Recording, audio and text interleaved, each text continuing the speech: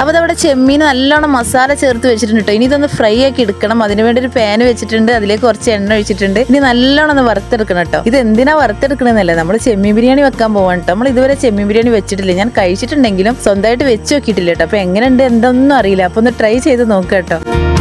അപ്പോൾ അതിനുവേണ്ടി നമ്മളൊരു ചെമ്പ് വെച്ചിട്ടുണ്ട്. എന്നിട്ട് അതിലേക്ക് കുറച്ച് എണ്ണ ഒഴിച്ചിട്ട് ഒരു സവാള, തക്കാളി, അതുപോലെ തന്നെ ഇഞ്ചി, പച്ചമുളക്, അതിലേക്കുള്ള മസാലകളൊക്കെ ചേർത്ത് കൊടുക്കണം.